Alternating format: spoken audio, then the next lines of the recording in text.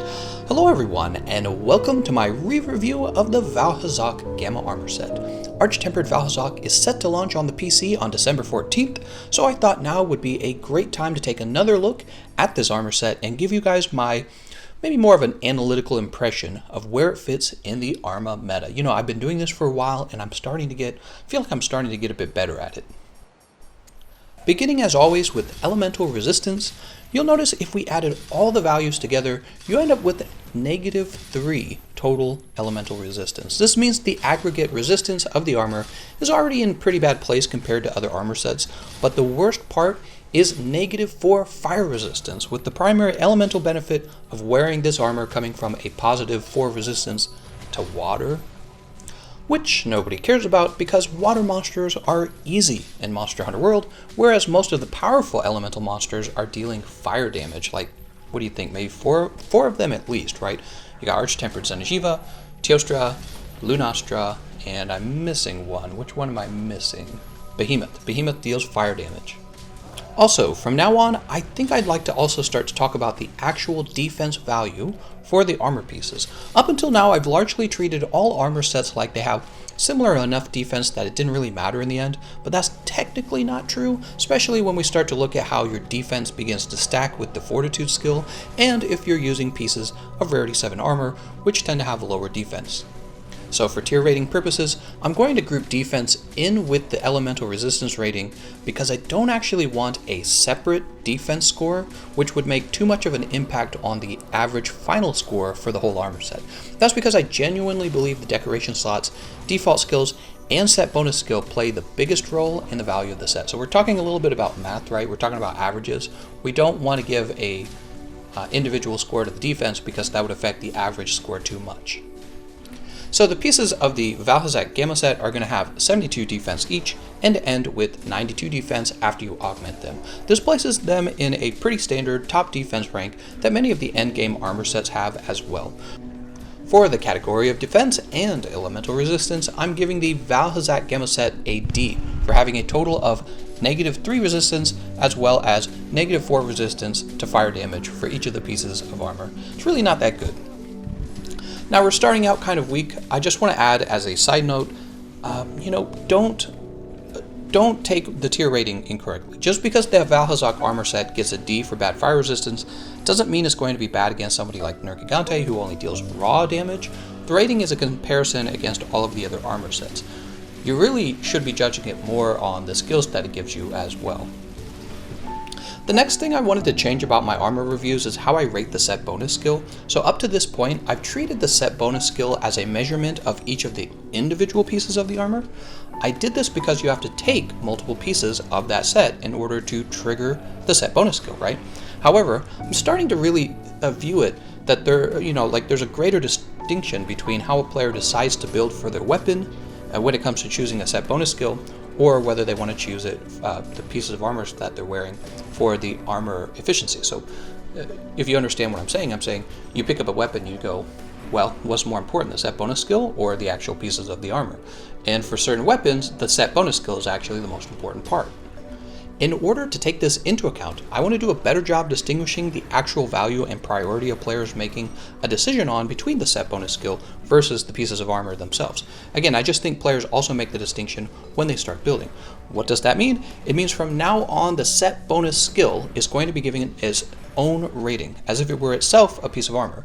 In other words, the set bonus skill gets to have more of a say over what the final score should be.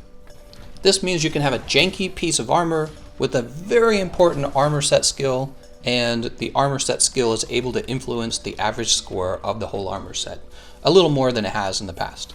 Okay, that's a lot of talking. Now that I've gotten that out of the way, we can talk about VAAL HAZAK's set bonus skill, Super Recovery. If you're watching this and you've never heard of VAAL HAZAK's Super Recovery, it's simple. The armor set constantly heals you, but only a bit at a time.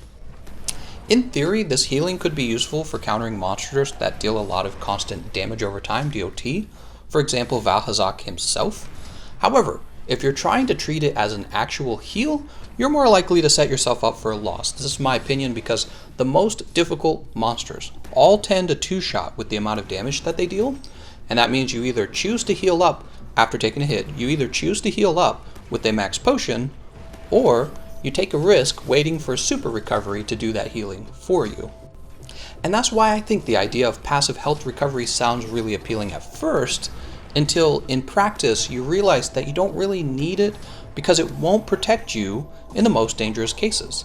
At the same time, if you needed health regen, you can simply augment your weapon for health regen, which is what most players already do.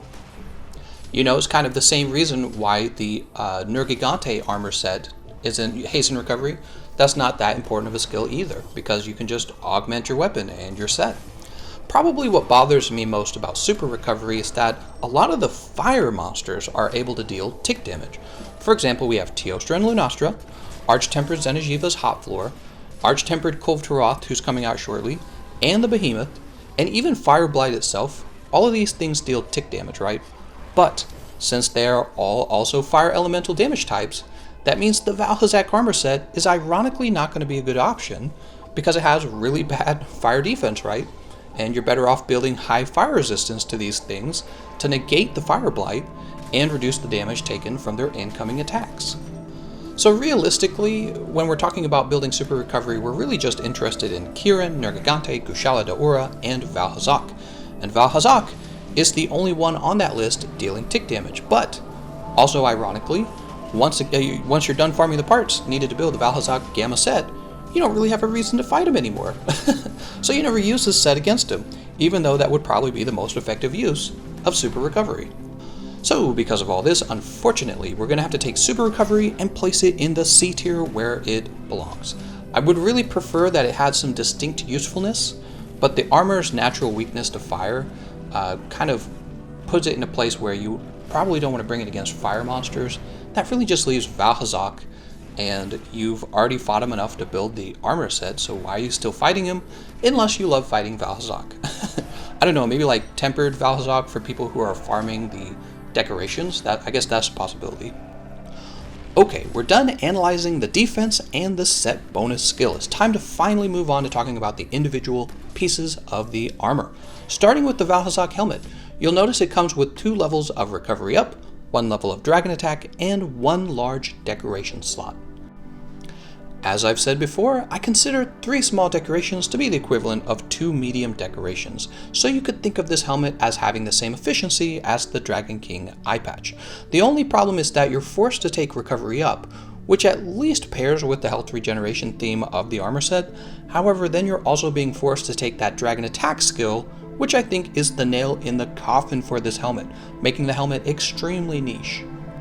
Because of this, I'm going to be placing the VAAL HAZAK helmet in the C tier. It's not complete trash, right? That's not the right way to think of it, but the number of times you would realistically use it as an optimal piece of armor is extremely rare, especially since other pieces of the VAAL HAZAK armor set are going to be offering the dragon attack skill as well. Like, you don't need dragon attack level 5 for... If there's a weapon that takes dragon attack 5, leave a comment in the comment section letting me know, because I don't even know about any of those weapons that exist. Moving right along, we have the VAAL HAZAK Male Gamma, which comes with 1 level of peak performance, 1 level of recovery up, and 1 large decoration slot. This is not a good option for peak performance, and it's not a good option for recovery up. This is going to be one of those pieces of armor you're only considering because you want to finish the super recovery set bonus skill, right? Like if you wanted peak performance, just take the Empress Male. And if you want recovery up, well, you can build that anywhere on most sets because it's a small decoration. Now, if you are trying to finish the set bonus skill, you can pair the Gamma chest with the Beta arms and the Gamma legs to completely finish peak performance. Personally though, I feel like peak performance is not that great of a skill on this armor set. Like, I get the idea behind it. The idea is that super recovery is going to keep your health full so that you're going to be proccing peak performance most of the fight, but peak performance is a damage skill you would want to prioritize after you've maxed affinity and crit boost, as well as other situational skills such as handicraft. So yes, peak performance fits the theme of the super recovery, but the reality is that it takes up spots on the set that could have gone to weakness exploit and critical boost. And what does that mean? It means that you're going to need a weapon that already has natural high affinity, right? And the problem with that is that the strong dragon weapons, the Deviljho weapons, all have really negative affinity. See what I'm saying? So you've got this armor set that gives you dragon attack, but it limits your ability to build positive affinity. It's kind of like, kind of cancels itself out.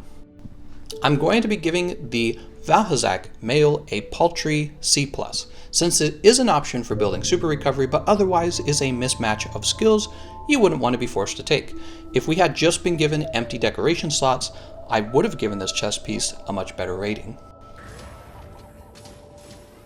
Alright, and now we move on to some good news. The VAAL HAZAK Braces Gamma. These braces come with 3 levels of dragon attack, 1 large decoration slot, and 1 medium decoration slot. It also requires a VAAL HAZAK gem to craft, which is typically a big hint that this is the important piece of the set. The VAAL HAZAK Braces Gamma are a solid choice for anyone trying to build dragon damage on an elemental build, especially if you've got a weapon that uses more than just 2 levels of dragon attack, which admittedly there isn't a lot of these weapons in the game, but they do exist. I'm going to go ahead and place the VAAL HAZAK Braces into the S tier for being able to provide one of the most efficient ways to quickly build dragon attack. And boy did this set need something like this, because so far nothing else has been too impressive. Alright, next we take a look at the VAAL HAZAK Coil.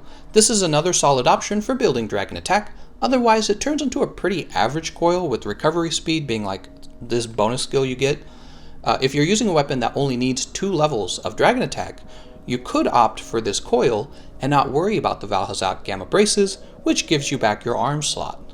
So if you were going to do that, this would be like taking a coil that has 1 large decoration slot and the equivalent of 3 small decoration slots.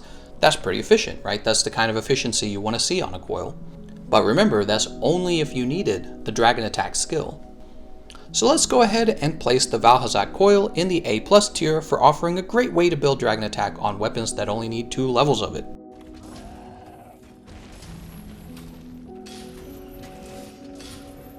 Finally, we have the VAAL HAZAK Greaves Gamma. These come with 1 large decoration slot, 1 small decoration slot, 1 level of peak performance, and 1 level of recovery speed. You'll notice this is actually more efficient than the chest piece. If you plan on bringing super recovery to the fight against VAAL HAZAK, then you're probably better off bringing the beta version of the legs for those 2 free levels, well not free, those 2 levels of miasma or fluvial resist. But let's pretend you're not actually fighting VAAL HAZAK. That means the Gamma version of the legs are considered technically efficient. They have 2 medium skills, or 2 slots for medium skills, and 2 slots for small skills. However, the problem is with the skills themselves, right? The default ones. You really don't need recovery speed, that's the truth.